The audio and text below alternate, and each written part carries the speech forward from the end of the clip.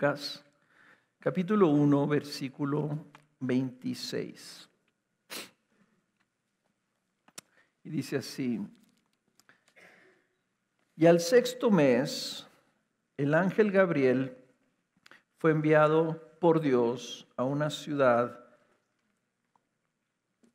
de Galilea llamada Nazaret, a una virgen desposada con un hombre que se llamaba José, de los descendientes de David, y el nombre de la virgen era María.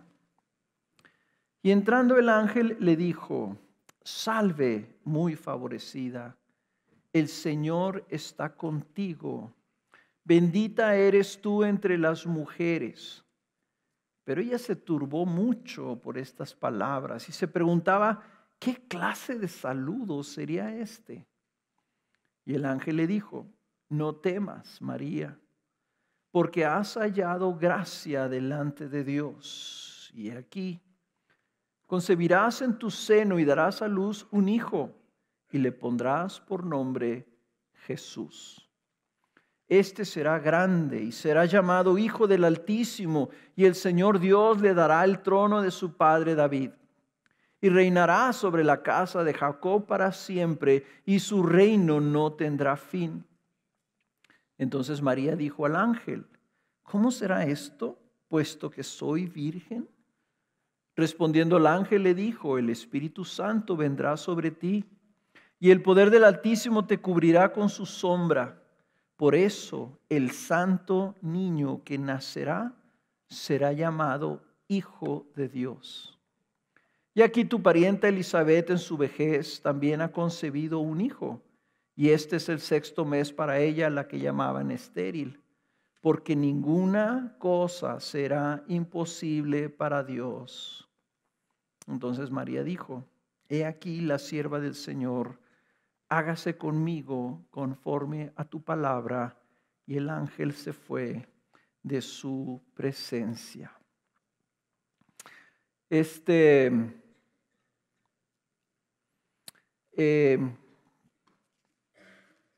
Hay mucho que explorar.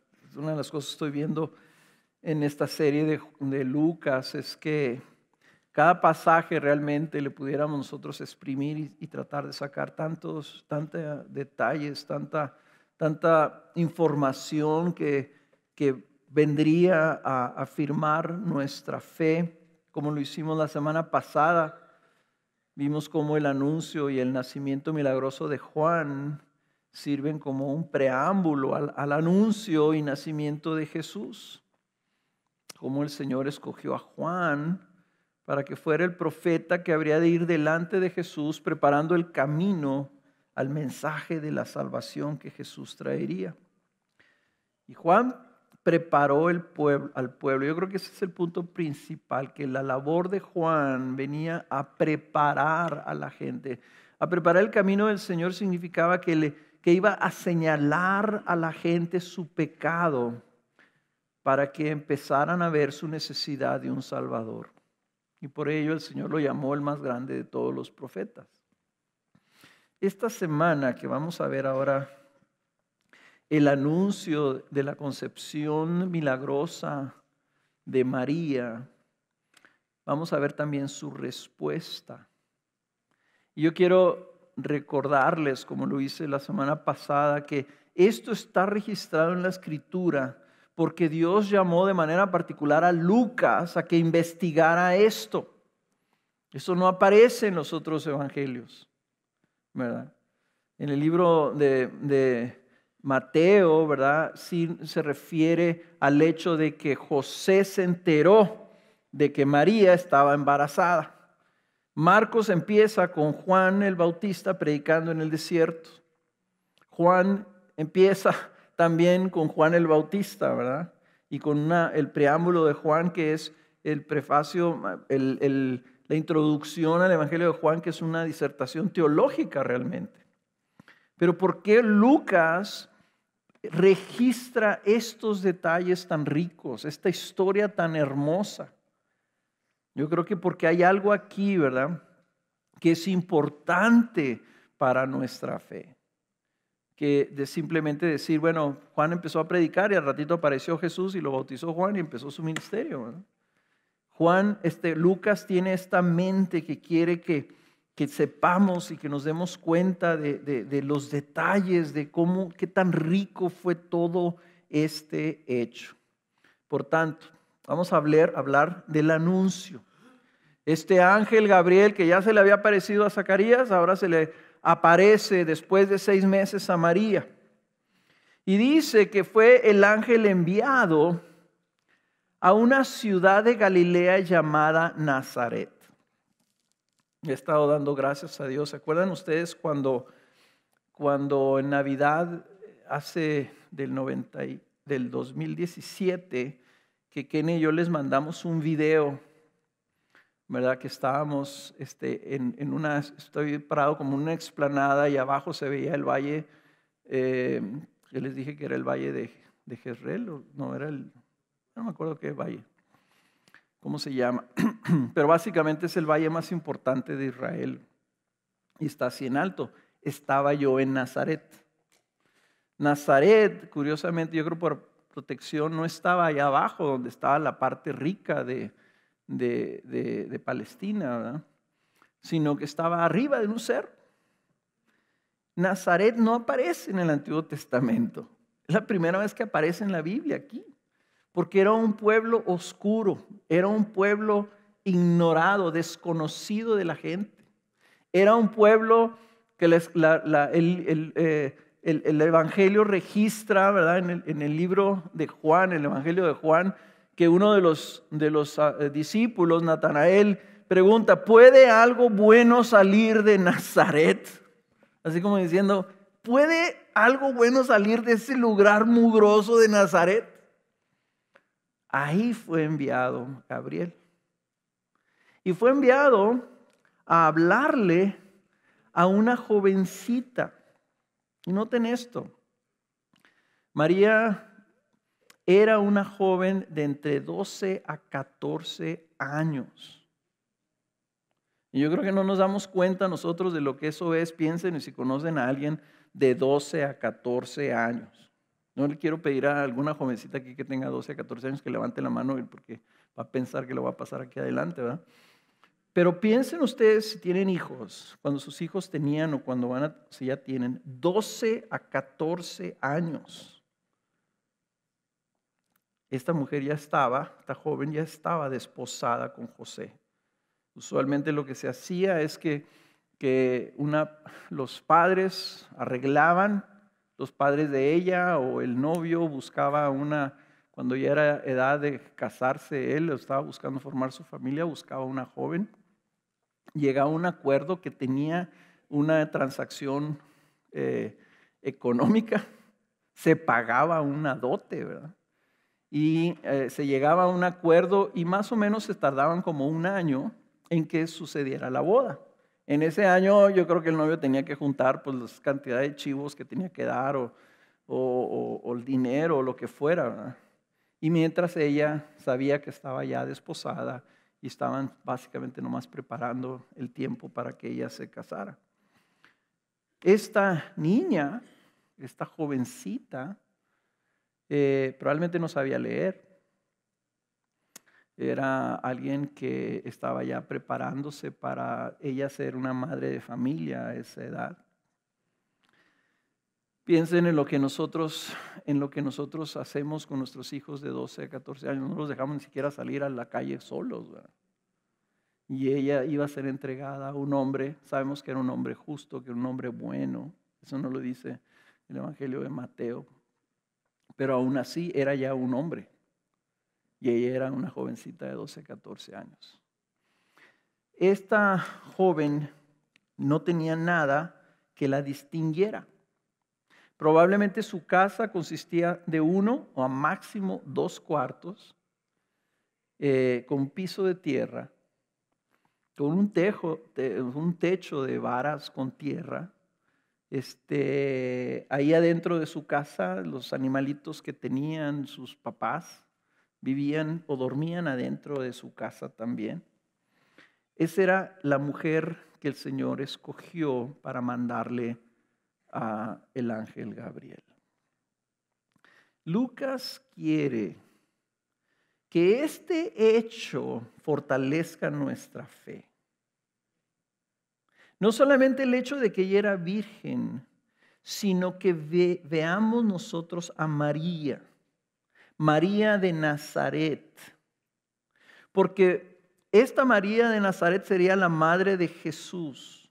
Y no solamente eso, Jesús se llamaría Jesús de Nazaret. Y quiere que nosotros nos demos cuenta que el Señor soberanamente escogió ese pueblo, escogió esa joven para por medio de ella entrara el Salvador del mundo a este mundo. Y quiere que nos demos nosotros cuenta porque hay algo importante ahí. Él pudo haber escogido a cualquier persona, a cualquier mujer, la que él hubiera querido preparar para esto, pero escogió una joven insignificante en un pueblo desconocido y despreciado. Y es a ella a la que fue. Y es importante porque sabes una cosa, de la misma manera nos escogió a ti y a mí. Así como se fijó en María, se fija en todos y cada uno de aquellos a quien Él llama. Si tú estás aquí buscando de Jesús, debes de saber que Jesús, que nuestro Dios es un Dios que se fija en los insignificantes. Se fija en aquellos que tienen mala reputación. Se fija en aquellos que son débiles y no son admirables. Y a lo mejor, ¿verdad?, hasta aquellos que se avergüenzan de decir de dónde son y de dónde vienen. O más, lo que han hecho. El ángel Gabriel entonces la saluda. Y la saluda de una manera muy increíble, ¿verdad? Noten ustedes, para empezar, que 2 veces repite que es una virgen, ¿verdad? Y le dice: salve muy favorecida, el Señor está contigo, bendita eres tú entre las mujeres. ¿Qué quiere decir esto de salve muy favorecida? Quiere decir saludos,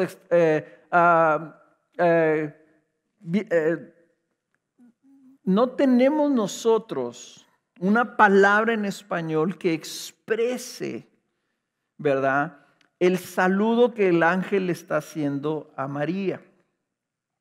Salve muy favorecida, le está diciendo: ¡oh! He venido contigo, la mujer favorecida por Dios. Dice Tomás Aquino, se admiró de que esta es la primera vez que un ángel le muestra una reverencia de tal magnitud a un ser humano. O sea, dejen ustedes que era la manera en que tú saludabas, por ejemplo, a un rey. Tú vienes ante un rey, tú dices: salve muy favorecido rey de Israel o de Babilonia o lo que sea. Pero aquí el ángel está saludando así a una jovencita de 12 a 14 años en este pueblo ignorado, ¿verdad? María había sido escogida y le mandaron avisar con uno de los principales ángeles que ella iba a ser no solamente un vehículo para el Salvador, sino escogida por Dios para que fuera un instrumento de su plan de redención para el mundo. Le dice: eres muy favorecida, has recibido mucho favor de parte de Dios. ¿Y cómo es que ella ha recibido favor de parte de Dios? Porque dice: el Señor está contigo. El Señor está contigo. El favor estaba en la presencia de Dios en su vida. Hermano, uno de los problemas con predicar esta serie es que se me vienen a la mente tantas cosas, ¿verdad? Si María era muy favorecida y el ángel estaba admirado de estar ante la presencia de esta mujer, y dice, creo que es el apóstol Pedro que dice que los profetas, los ángeles, ellos anhelan experimentar lo que nosotros experimentamos. Porque ellos están ante la presencia de Dios, pero nosotros tenemos la presencia de Dios dentro de nosotros. Los ángeles no. Nosotros tenemos el Espíritu Santo. Y ellos nos han de ver a nosotros y dicen, hijos de Dios, los bendecidos, los favorecidos por Dios. La pregunta es, ¿cómo nos vemos nosotros? Si esta mujer, porque Dios estaba con ella, recibe este anuncio, recibe este saludo, perdón, ¿cómo nos verán los ángeles a nosotros? Le dice, bendita eres tú entre las mujeres. La misma expresión que después Elizabeth repite. Y después ella misma, María, dice, yo entre todas las mujeres seré llamada bienaventurada. El favor de Dios sobre ella al escogerla, la marcó como una mujer distinguida entre todas las billones de mujeres que han existido y van a existir. Simplemente porque Cristo iba a nacer de ella. Por eso es que dice que cuando ella escuchó ese saludo, dice que ella se perturbó. Ella se perturbó. Se preguntaba, ¿qué clase de saludo sería este? ¿Por qué me están hablando así? Yo no sé cómo se presentó el ángel.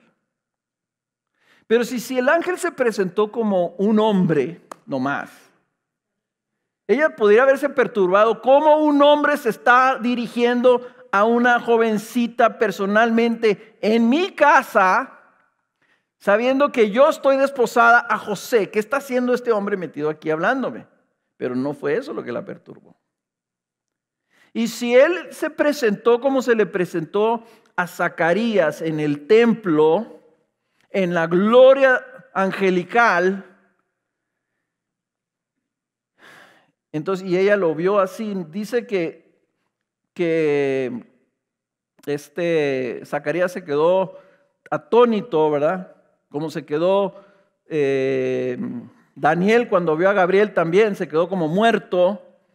María, si es que así se presentó, tampoco eso fue lo que la turbó. La turbó el saludo. Y eso es un reflejo del carácter de María. A ella le perturbó. ¿Por qué se está dirigiendo esta persona a mí de esta forma? Yo soy solamente una joven sin ninguna distinción. ¿Cómo me estás llamando a mí favorecida? ¿Cómo me estás llamando a mí bendita? ¿Qué está pasando? Y la respuesta del ángel es significativa, porque el ángel le responde no diciendo no tengas temor, yo no te voy a hacer daño, ¿verdad? Dijo, no temas por ese saludo. Dijo, has hallado gracia delante de Dios. La respuesta del no temas es que la incomodidad que sientes, María, no debes de sentir esa incomodidad. Debes de sentirte cómoda con eso, porque Dios te ha dado de su gracia y te ha bendecido. Y por eso es que te estoy saludando así. Es su presencia la que te ha distinguido. Es porque has hallado gracia delante de los ojos de Dios. Compara tú, nomás tratando de ver, y esto es importante, ¿verdad? ¿Por qué María, la forma en que María responde al anuncio, a la visita, al saludo. Esta es una jovencita ejemplar. Yo me pongo a pensar, ¿de dónde obtuvo esta niña su carácter? Ella no estaba siendo instruida por algún maestro. Ella probablemente lo único que había sido expuesta, y vemos más adelante que hay evidencia de eso. Ella lo único que hacía probablemente era acompañar a sus padres a la sinagoga. Se sentaba en la parte de atrás, detrás de una celosía, y escuchaba cuando se leía la escritura, y cantaba cuando cantaban algún himno. Escuchaba la exposición de los rabinos y de los sacerdotes en el templo. Yo no sé si ella había ido ella alguna vez a Jerusalén, si había visto el templo, yo no sé. Pero eso es todo lo que ella tenía, más sus padres. Me pongo a pensar, yo tengo 2 hijas y tengo 2 hijos. Y me pongo a pensar, si yo crié a mis hijos pensando, tal vez cuando ellos tengan 12, 14 años, el Señor los quisiera llamar. Me pregunto si yo hubiera tenido esa visión, ¿cómo hubiera sido mi paternidad? En lugar de estarlos preparando tal vez para que tuvieran éxito en la escuela o tuvieran éxito en el mundo de los negocios o qué sé yo. Vamos a ver también más adelante que no solamente esta niña estaba preparada para responder al ángel, sino que su condición, su carácter es precisamente, ¿verdad?, lo que Dios quiere resaltar en este texto, ¿verdad?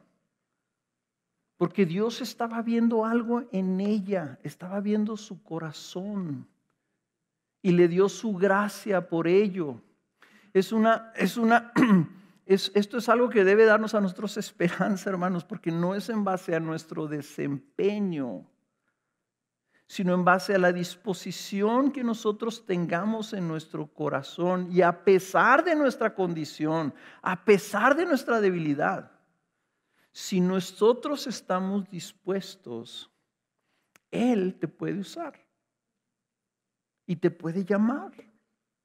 Si tu corazón está dispuesto, como vemos nosotros que estaba dispuesto el corazón de María, Él puede hacer cosas contigo. Y yo sí quiero retar a los padres. ¿Cómo estás preparando tú a tus hijos para el Señor? O tal vez no los estás preparando. Y quiero retar a los jóvenes. María fue llamada entre 12 a 14 años. Si tú tienes 14, 15, 16 años, ¿qué estás haciendo con tu vida? ¿Qué harías si se te apareciera a ti el ángel Gabriel, verdad? A lo mejor correrías en pavor. Por eso quiero que veamos cómo responde María pensando en esta imagen, en este retrato que Lucas está aclarándonos y trayéndonos para que veamos algo especial. Le dice ella, ¿verdad? No temas, el ángel le dice, no temas, has hallado gracia. Y le dice, y he aquí, ahí viene entonces el anuncio. Vas a concebir en tu seno y vas a dar a luz un hijo. El mensaje que le está él explicando es lo que da razón de que sea muy favorecida y de que sea bendecida por siempre. Le está diciendo a una jovencita virgen que va a tener un hijo. Y por la respuesta de María, entendemos que María entiende que esto es algo inminente, que va a suceder ya. Que va a tener un hijo, no es algo, ¿sabes qué? Cuando te cases con José vas a tener un hijo, ¿no? Ella le dice, ¿cómo? ¿cómo voy a tener un hijo si soy virgen? Y le dice él una instrucción, y ese hijo que vas a tener le vas a poner por nombre Jesús.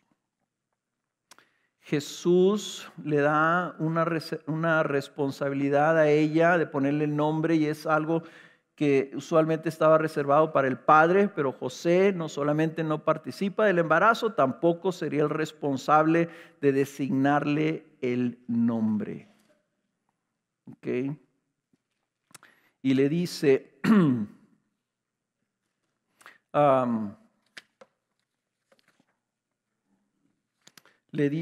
este hijo que vas a tener, le dice cuál va a ser su identidad. Le dice, va a ser grande y va a ser llamado Hijo del Altísimo, y el Señor Dios le dará el trono de su padre David y reinará sobre la casa de Jacob para siempre, y su reino no tendrá fin. El hijo será designado con estos 5 atributos: grande. Grande, no hay nadie como él. Así, cuando la categoría es como Juan era grande delante de Dios. Este va a ser grande, punto. Ese es un atributo que se le da exclusivamente a Dios. Será Hijo del Altísimo. Esto es una designación divina, porque está diciendo que va a ser hijo de Dios. Recibirá el trono de David, o sea que será el rey esperado, el Mesías de Israel. Reinará para siempre. Solo Dios puede reinar para siempre. Solo Dios es inmortal. Y por último, número 5, establecerá un reino eterno. El reino que Él inaugura, el reino que Él establece será eterno.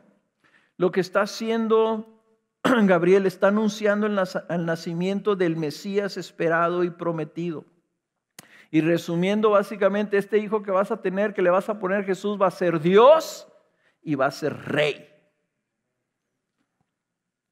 Y esto se lo prometió el Señor a David en 2 de Samuel capítulo 7, versículo 12 al 16. Él le dice que va a levantar un descendiente después de David, que va a salir de sus entrañas, que va a traer su sangre y que va a establecer el Señor su reino. Y dice, y yo estableceré el trono de su reino para siempre. Yo seré padre para él y él será hijo para mí. Le afirma David, tu casa y tu reino permanecerán para siempre delante de mí. Tu trono será establecido para siempre.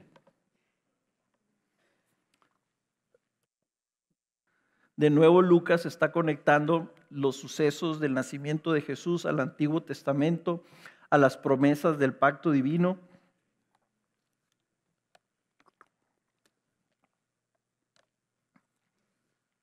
Esto que está sucediendo no es nomás algo nuevo, sino es algo que ya había sido prometido casi 1000 años antes.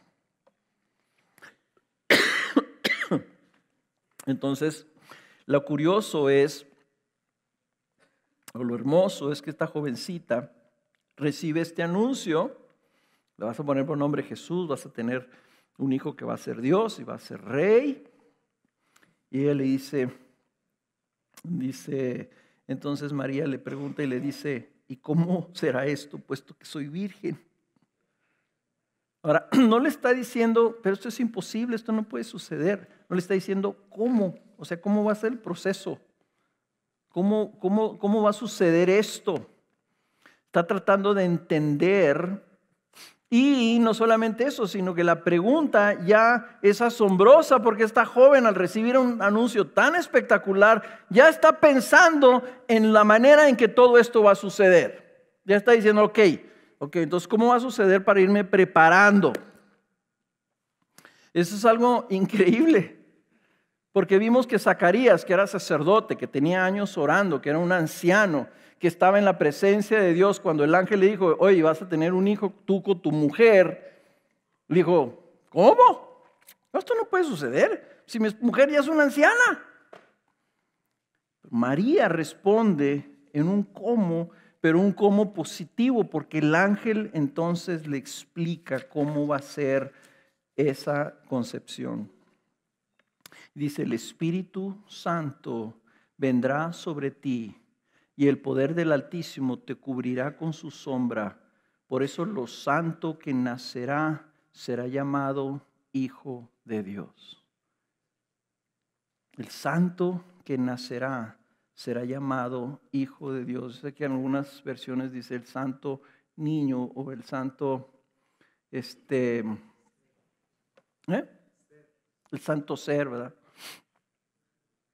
Algo ahí que está marcando la persona de Jesús.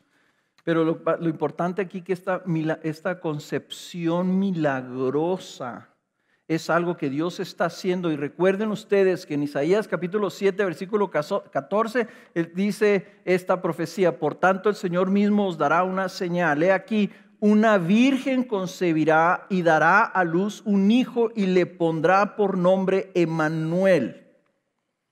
Jesús significa Salvador. Dios salva, salvación. Emmanuel significa Dios con nosotros. La señal que Dios nos está dando es efectivamente que Dios está con nosotros. Es Dios viniendo a habitar con los hombres. Esa es la señal. El ángel está explicando a María el milagro de la encarnación. Será una concepción por intervención divina. Será el poder del Altísimo el que engendra esta criatura. El Espíritu Santo hace su aparición en el libro de Lucas. Por primera vez. Es el Espíritu que vendrá y por su poder que vas a concebir. Desde ahí el ministerio de Jesús está cubierto por el Espíritu Santo desde su concepción. Y cuando dice que vendrá sobre él, sobre ella, ¿verdad? Y la sombra del Señor la va a cubrir. Lo que esa palabra traducida significa esa palabra que se traduce como cubrirá su sombra, es la misma palabra que los evangelistas usan, los tres usan para describir la nube que cubrió a Jesús y los discípulos en el monte de la transfiguración. No es una nube oscura, no es una sombra. O sea, sombra es lo que produce la luz a través de algo que está sobre nosotros, ¿verdad? Pero esto es una cobertura de luz. Es una presencia que genera una sombra, pero de brillantez. La misma gloria preciosa de Dios mismo, ¿verdad? Y eso significa entonces que el milagro de la encarnación, que también es un misterio, Jesús es verdaderamente hijo de María. Porque le está diciendo, tú vas a tener un hijo, vas a concebir un hijo. Tan es así que yo nunca me había hecho la pregunta, ¿a quién se parecía Jesús? Se parecía a María. Tenía los rasgos de María. Si la gente lo hubiera visto, diría, tú eres hijo de María. Porque era hijo de ella. Tenía su ADN humano de María. Cuando ella lo veía sus rasgos en él. Es algo, si tú quieres, fue bienaventurada María, nomás piensen eso. Ella tuvo en sus brazos y amamantó al Hijo de Dios. Ella es la que le dio a luz al Hijo de Dios. María era su mamá. Realmente. Jesús no era así como un espíritu que pareció así, no. Era su mamá. Y él le decía, mamá María. Y por eso siempre será distinguida entre todas las mujeres. Pero Jesús también es verdaderamente hijo del Espíritu Santo, hijo de Dios. Es un hombre con dos naturalezas distintas ocupando el mismo cuerpo. Dice, por ello lo que nos nacerá, ese ser, ese niño que va a nacer, va a ser santo y será llamado verdaderamente Hijo de Dios. Y entonces aquí el ángel, ¿verdad? Sí le está explotando la mente a María, está diciendo María, esto yo no lo entiendo. Y cómo le responde él aquí, ¿verdad? Y mira, tu pariente, tu tía, la viejita, Elizabeth, ¿ok? También ha concebido, ya tiene 6 meses de embarazo. Si tú crees que eso era imposible, te quiero aclarar esto, María, ninguna cosa será imposible para Dios. Y no es imposible para Dios que haya una persona que tenga 100% una naturaleza humana y 100% una naturaleza divina. Y ese es el misterio de esta unión, se llama la unión hipostática de Jesús. Es un misterio sumamente difícil de entender, pero podemos saber ciertos elementos. Y te voy a leer algo así un poquito teológico que viene en los, en los credos sobre cómo es Jesús. No te voy a pedir que lo entiendan, nomás que lo recibas. Dice, Jesús es completa y verdaderamente Dios y completa y verdaderamente humano con alma y cuerpo. De la misma sustancia que Dios mismo y de la misma sustancia humana igual que nosotros, pero sin pecado. El unigénito de Dios eterno desde antes de todos los tiempos y nacido de María en cuanto a su humanidad, pero permaneciendo como el unigénito, el Cristo, el Hijo de Dios y Señor. 2 naturalezas, sin confusión, sin cambio, sin división y sin separación. De tal forma que la unión no anula la distinción de las 2 naturalezas. No se lo tienen que memorizar, ¿ok? Pero tenemos que entender es esto, ¿verdad? Que es el Dios eterno, ¿verdad? Naciendo de María, la jovencita de Nazaret. De tal forma que el niño que nace es santo y es hijo de Dios. ¿Ok?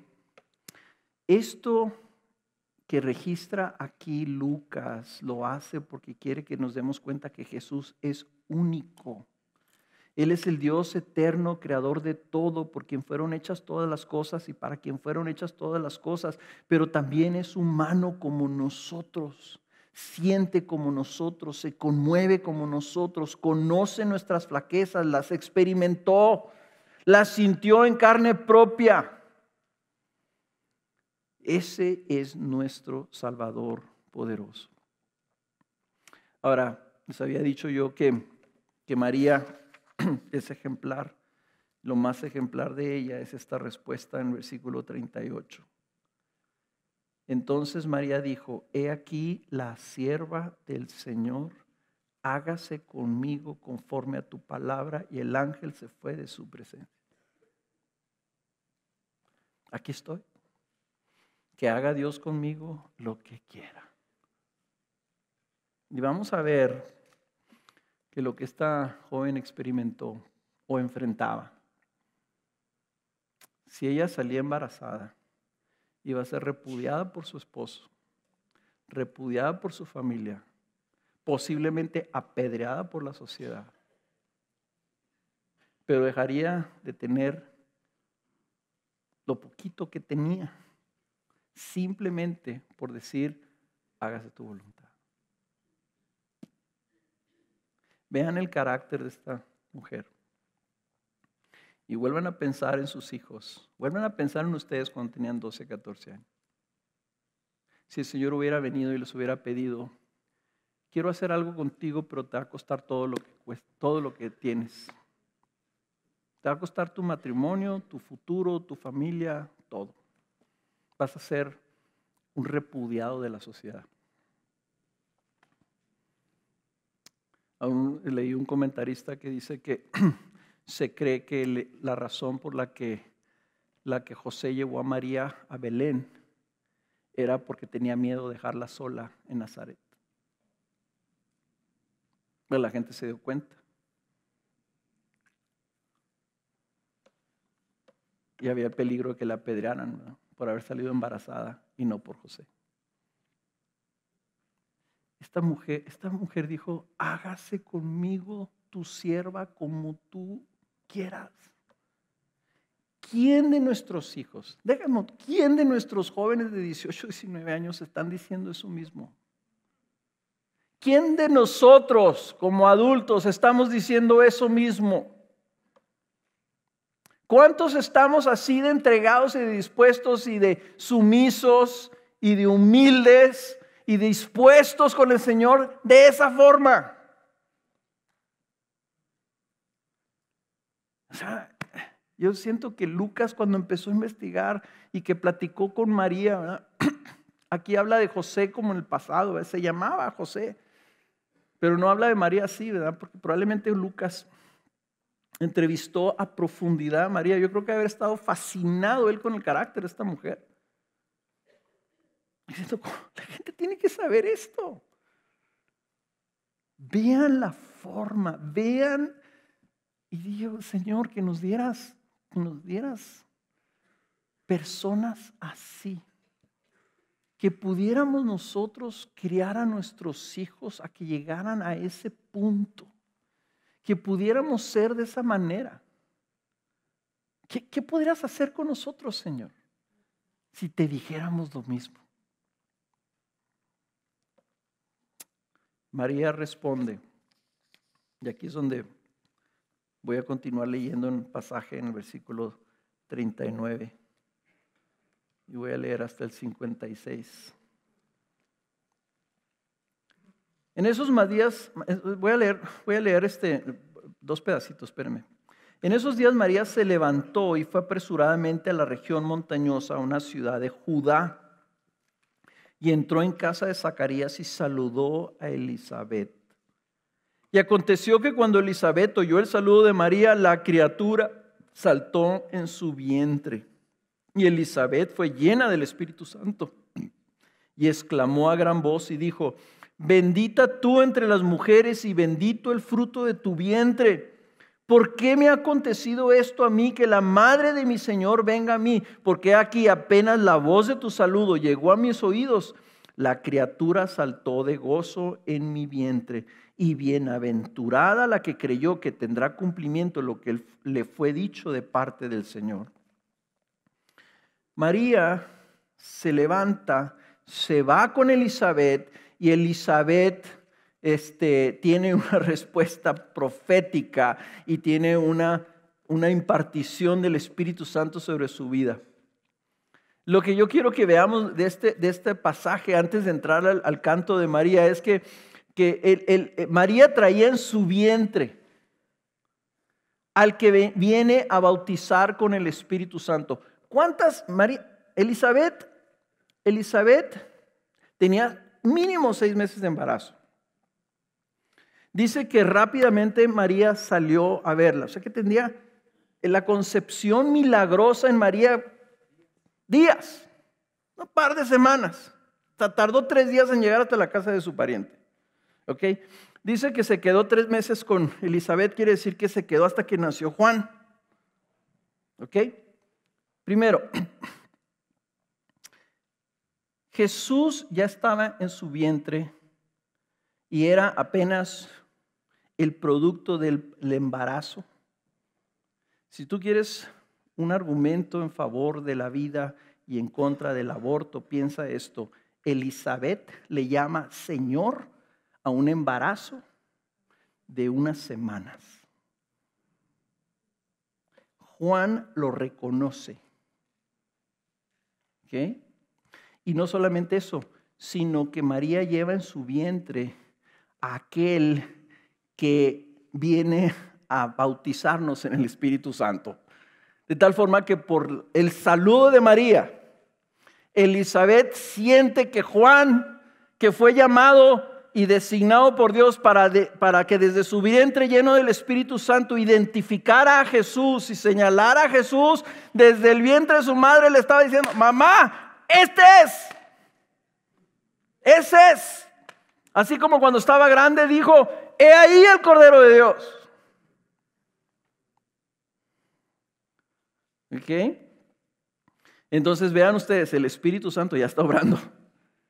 Ya se inauguró la era del Espíritu. Ya está sucediendo esto, ya está pasando lo que queríamos que pasara, que el Espíritu Santo vino. Ya Dios está con nosotros. Aún no nace Jesús y ya Dios está obrando entre los hombres. Elizabeth exclama, bendita entre las mujeres y bendito el fruto de tu vientre. ¿Por qué el fruto de su vientre es bendito? Porque es el Santo de Israel. ¿Y por qué es bendita María entre las mujeres? Porque ya tiene el Santo de Israel adentro de su propio cuerpo. Nosotros estamos viendo en este hecho, es una representación, es una sombra de lo que iba a suceder en Pentecostés, hermanos. El propósito de Dios, ¿cuál es? El propósito de Dios es Dios con nosotros, nosotros habitando con Dios y Él habitando con nosotros para siempre. Ese es el propósito de Dios. Por eso vino Jesús y por eso María es bendita. Y nosotros, si tú tienes a Cristo y es lleno del Espíritu Santo, tú estás viviendo el propósito de Dios en la salvación. Es mucho más allá que el perdón de tus pecados. Es que tú vivas con Dios, que estés con Él, que lo conozcas y tengas comunión con Él para siempre. Ahora, Juan, lleno del Espíritu Santo, brincó. Y una de las cosas cuando estaba yo leyendo esto, Señor, yo le decía, Espíritu Santo, yo quiero que tú brinques en mí. Yo quiero que tú me agites cuando yo esté cerca de Jesús. Yo quiero que cuando estemos en tu presencia, Señor, yo quiero experimentarlo. Como lo sintió Juan, con gozo. El regocijo que sintió y el regocijo que sintió Elizabeth. Hermanos, el Espíritu Santo se nos da para que estemos conscientes nosotros de la presencia de Dios. Y lo tenemos entonces, de tal forma que nuestra oración ahora en la mañana que estábamos en la reunión de oración, orábamos, Señor, que tú acércanos a ti. Acércate a nosotros. Porque lo que queremos es que el Señor se acerque a nosotros y que brinque dentro de nosotros el Espíritu Santo. Mi pregunta es, si se acerca Cristo a tu vida, ¿cómo reaccionas? ¿Cómo reaccionas ante la palabra? ¿Cómo reaccionas ante la adoración? Hermanos, por eso es que es incongruente que nosotros estemos alabando a Dios y exclamando su alabanza y diciendo, Dios está aquí con nosotros, y que estemos indiferentes. Si es así, lo más probable es que estemos probablemente contristando el Espíritu Santo en nuestras vidas. Ahora, vean también ustedes aquí, antes de pasar al canto, ¿verdad? Esto.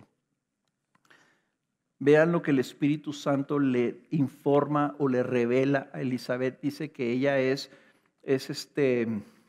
llena del Espíritu Santo y exclama esto, bienaventurada la que creyó que tendrá cumplimiento lo que le fue dicho de parte del Señor. De nuevo el Señor está señalando, vean el carácter de María. Ella creyó. La virtud de María es doble, es su humildad y número 2, que le crea al Señor. Humildad y fe. Humildad para someterse a la disposición del servicio del Señor como uno de sus siervas y también fe para creer que Él va a cumplir lo que le ha dicho. Si tú estás buscando que Dios te use, si tú quieres más de Dios, yo te diría, necesitas tener estos dos elementos. Una humildad para someterte a la disposición de Dios, una humildad que te lleva a decir, Señor, haz conmigo lo que tú quieras. Y número 2, que le creas. Que le creas. No solamente que está ahí, sino que quiere usarte. que quiere bendecirte, que quiere estar en tu vida, que quiere transformar tu vida por su presencia en ti. ¿Quieres tener a Cristo? Dile, Señor, aquí estoy. Hágase conmigo tu voluntad. Y luego cree que su voluntad buena para ti lo va a cumplir. Dice el versículo 46. Entonces María dijo: mi alma engrandece al Señor. Y esto es un canto, esto es un himno. Y mi espíritu se regocija en Dios mi Salvador, porque ha mirado la humilde condición de esta su sierva. Pues he aquí, desde ahora en adelante todas las generaciones me tendrán por bienaventurada. Porque grandes cosas me ha hecho el poderoso, y santo es su nombre. Y de generación en generación es su misericordia para los que le temen. Ha hecho proezas con su brazo, ha esparcido a los soberbios en el pensamiento de sus corazones. Ha quitado a los poderosos de sus tronos y ha exaltado a los humildes. A los hambrientos ha colmado de bienes y ha despedido a los ricos con las manos vacías. Ha ayudado a Israel su siervo para recuerdo de su misericordia, tal como dijo a nuestros padres, a Abraham y a su descendencia para siempre. Y María se quedó con Elizabeth como 3 meses y después regresó a su casa. El canto de María, hermanos, que se le llama el Magnificat. Lucas registra 4 cantos que no están en el nacimiento de Jesús, que no están registrados en nosotros. Lucas, investigando profundamente, dijo: a ver, ¿y qué fue lo que el Señor te dio? Las personas que oyeron esto lo han de haber registrado de alguna forma. Se quedó como un canto profético, como un poema. Esto es algo muy hermoso que está escrito aquí. Ya vimos nosotros el Benedictus de Zacarías y ahora estamos viendo el Magnificat de María. Es un canto que es inspirado por el Espíritu Santo. Y está haciendo María referencia a todos aquellos que en la Escritura se han exaltado con soberbia delante de Dios. Y puedes hablar de Nabucodonosor, y puedes hablar de Faraón, y puedes hablar de Naamán, y puedes hablar de todas estas personas que se atrevieron a exaltarse en su poderío y que el Señor humilló. Pero también está profetizando de otros que también serán humillados, como el mismo Herodes, el rey de ese entonces, que fue humillado a un punto, ¿verdad?, que se lo comieron los gusanos, ¿verdad? Los hombres que se jactan de sus tronos, de la riqueza, de su seguridad. Ella está hablando de la fidelidad de Dios para con ella, ¿verdad? Ella está hablando de las cosas grandes y hermosas que el Señor ha hecho con ella, porque dice que ha mirado la humilde condición de ella, como se ve como sierva. Y entonces lo está comparando como el Señor con otros poderosos que a lo mejor ella veía como poderosos, como Herodes y como los romanos. Y dice: a ellos los ha resistido, y a mí, yo soy su sierva. En mi condición de humildad, dice, se ha fijado en mí. Y por eso dice: engrandece al Señor. Y engrandecer al Señor no significa que nosotros le estamos dando al Señor algo, sino que es la respuesta de cuando ella ve cómo el Señor se está fijando en ella, una joven insignificante en un pueblo desconocido. Y ella está viendo la obra de Dios y dice: mi corazón está desbordando, mi corazón está que explota, mi corazón está llenísimo del aprecio, del amor, del gozo, de la pasión, de agradecimiento, de adoración. Lo que está siendo engrandecido es su corazón. Mi alma engrandece al Señor. El Señor ha mirado su condición humilde. Y saben una cosa, ahí cuando María dice eso, ella se está acordando de lo que había oído en la sinagoga. porque en la sinagoga se cantaba el canto de Ana. Ana, si ustedes recuerdan, era estéril y fue la que le pidió al Señor que le diera un hijo. Y dice en 1 Samuel 1:11, ella hizo voto y dijo: oh Señor de los ejércitos, si tú te dignas mirar la aflicción de tu sierva. Esa palabra aflicción se puede traducir también como humilde condición. Y está diciendo: si te dignas mirar la aflicción de tu sierva. Y noten las palabras de María: porque has mirado la humilde condición de esta su sierva.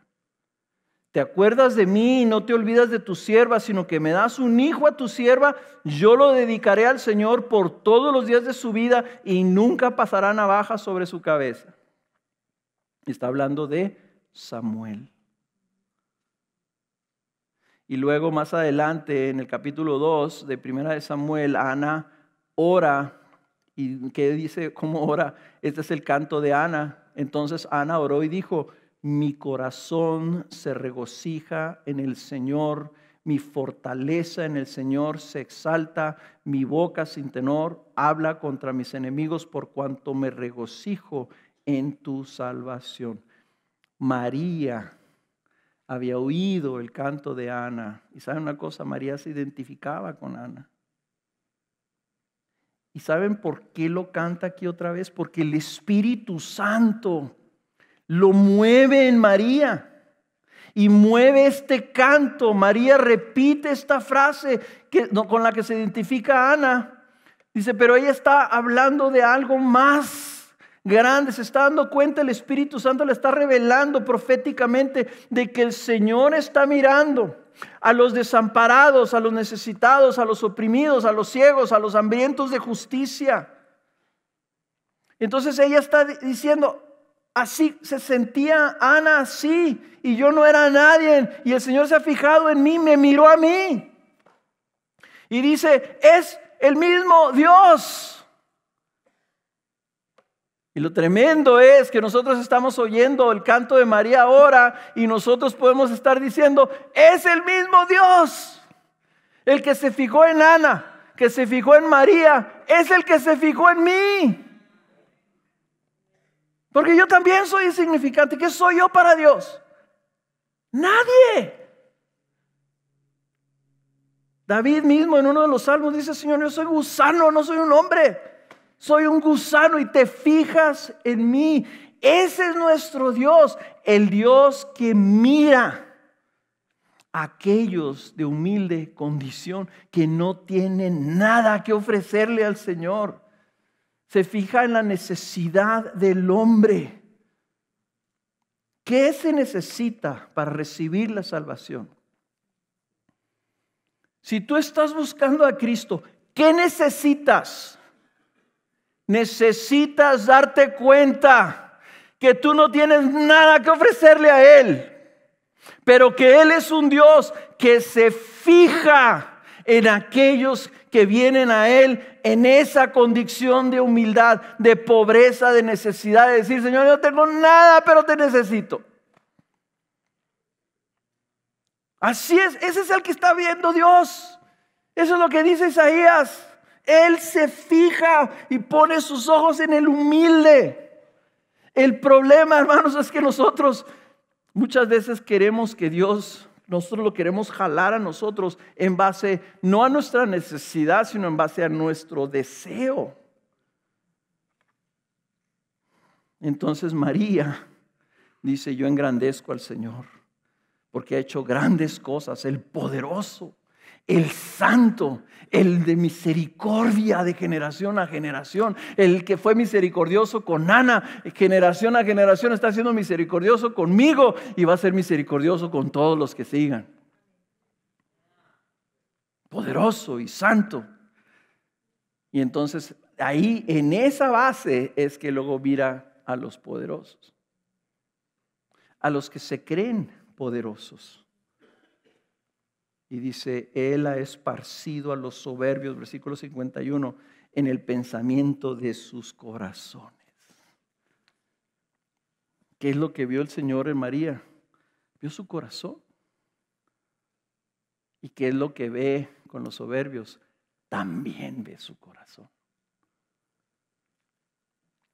Y entonces viene el Señor Jesús, está en su vientre. Crece Jesús ahí en Nazaret con su papá, el constructor. Eso me dijeron cuando estábamos en Nazaret. Por cierto, dijo el guía, volteen a ver, ¿cuántos árboles ven? Ni un árbol en Nazaret. Ni uno, porque está arriba de una roca. Ni un árbol. Dicen que Jesús era carpintero. ¿Carpintero de qué? Dice, si no hay madera. Dice, todas las casas están hechas de piedra.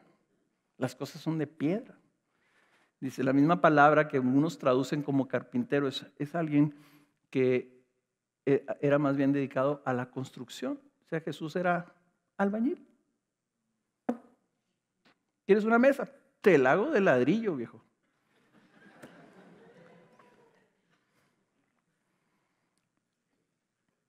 $33 Jesús en Nazaret.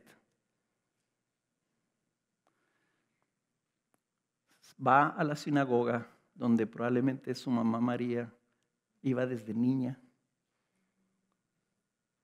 Abre el libro de Isaías, capítulo 61, y Jesús lee estas palabras. El Espíritu del Señor está sobre mí porque me ha ungido para anunciar el Evangelio a los pobres. Me ha enviado para proclamar libertad a los cautivos y la recuperación de la vista a los ciegos, para poner en libertad a los oprimidos. Y dijo, en este día, esta profecía se cumple delante de sus ojos. ¿Cómo vino Jesús? ¿A quién vino Jesús? No a los sanos, no a los que no necesitaban a Dios, no a los que pensaban que sus buenas obras los iban a salvar. Él vino a los pobres, a los cautivos, a los ciegos, a los oprimidos.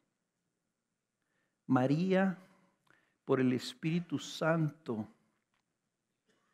concibe la forma en que nace Jesús corresponde a este ministerio. Lo que proclama María corresponde al ministerio de Jesús. Todo está alineado para reforzar la manera en que Dios ve el mundo y la manera en que Él obra. Él no viene a exaltar los poderosos. Él viene para salvar a los quebrantados de corazón. Él viene para dar libertad a los que no pueden librarse a sí mismos. Él viene para poner su mirada en aquellos que nadie ve y aquellos que se sienten oprimidos, atrapados, arruinados, desamparados, desesperados, angustiados, etcétera, etcétera, etcétera. A ellos vino. Por eso es que el evangelio son buenas noticias. Él resiste a los soberbios, porque en su reino es un reino en donde las cosas están invertidas. En el mundo quiere ganar su vida. El mundo quiere y resalta y exalta a los populares, a los famosos.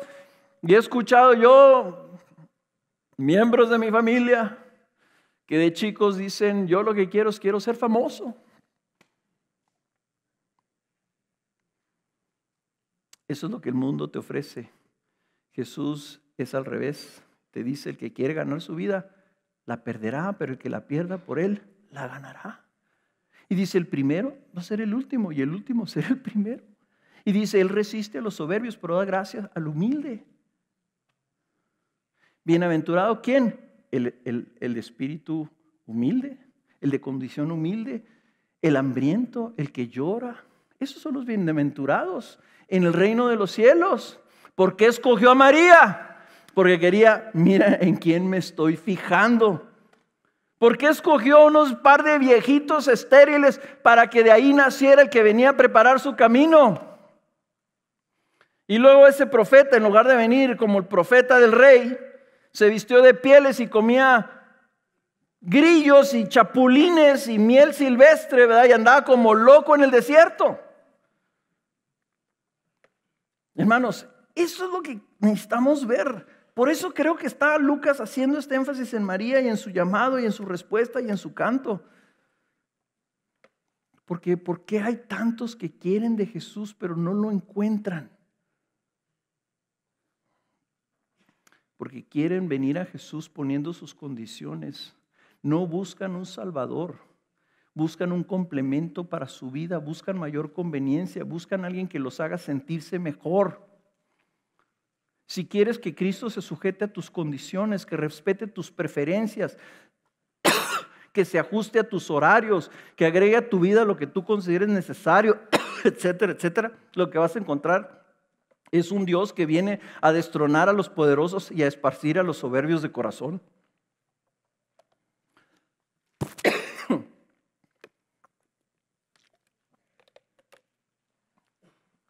El Evangelio de Lucas viene precisamente a retar esa manera de pensar. Jesús viene a salvar a los que se sienten desamparados y piensan que no tienen nada. No a los que valoran lo que tienen y no quieren perderlo. A los que se sienten ricos, los despide con las manos vacías. ¿Quieres de Jesús, pero no tanto? ¿Quieres a Jesús, pero solo para que complemente lo que sientes que te falta? Por eso es que muchos nunca lo encuentran.